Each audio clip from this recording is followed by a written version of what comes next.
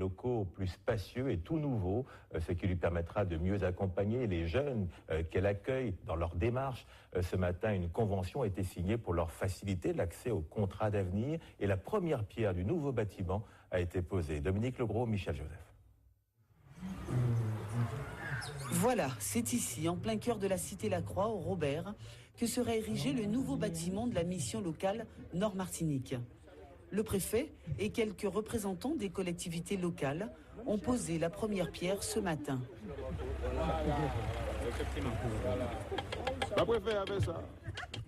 Ce déménagement est un véritable besoin, nous confie le directeur de la mission locale.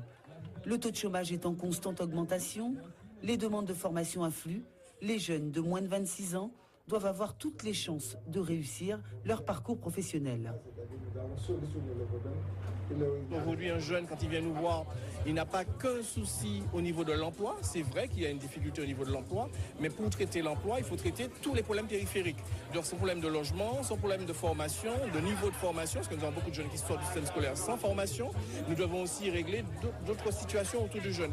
Nous avons même pour le moment travaillé sur le logement d'urgence, parce que nous avons des jeunes qui se retrouvent à la rue du jour au lendemain pour des ruptures avec la famille. Et toutes ces problématiques devaient rentrer dans le cadre d'un projet global de pôle d'insertion. Un projet qui, à l'origine, s'est levé à 7 millions d'euros. Les partenaires financiers se sont réduits, comme peau de chagrin. Cet immense pôle d'insertion ne présentera pas toutes ses prétentions originelles, mais il continuera de développer les outils d'accompagnement des jeunes dans leur quête d'emploi. L'année dernière, la mission locale a accueilli 7300 jeunes. 2800 d'entre eux ont trouvé une formation ou un emploi. La mission locale accueille les jeunes de 16 à 25 ans. Et étant donné que je fais partie de cette tranche d'âge, donc ils ont proposé ma candidature pour justement un emploi d'avenir au sein du service ressources humaines.